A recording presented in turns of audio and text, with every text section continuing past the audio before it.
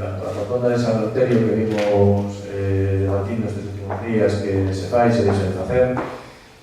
Hai un par de semanas me reuní ca enxeñeira con Raquel e me dixo que se iban a facer finalmente as Vegas Rúas, que en parte se fixo, pero que ela me dixo que irían desde onde está no Chalezo, que acababa de ir a Cuartela, onde fai a Cuba, hasta a ponte da autovía.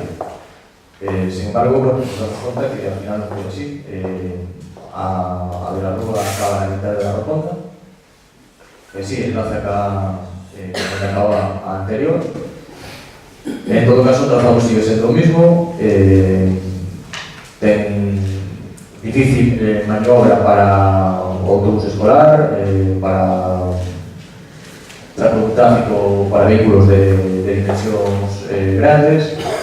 Entonces, consideramos que aquí luego se cumple as normas de seguridade vial mínimas para deixarlo de maneira decente. Es decir, vai ser un foco de problemas. Estamos sacando o problema da curva de San Eleuterio arriba, pues, arreglando aquela o camiño de Moveu, e creamos un problema baixo donde non había. Entonces, cando se fai unha obra, e sobre todo cando anunció algún platillo que a ministra Pastor que iba a facer unha obra de unhas condicións estupendas, que iba a dar servicio a todo San Eleuterio e a todos os veciños da zona, na parroquia de Pedreros de Tamega, e agora nos atopamos con unha obra que non reúne, por non decir que unha chapuza non reúne as condicións mínimas de seguridade vial. Entón, o que pedimos é que, por lo menos, que se faga algo estudiado, controlado, non improvisado, como se ven vendo nestes últimos meses, que se van improvisando. De feito, ahora creo que están cortando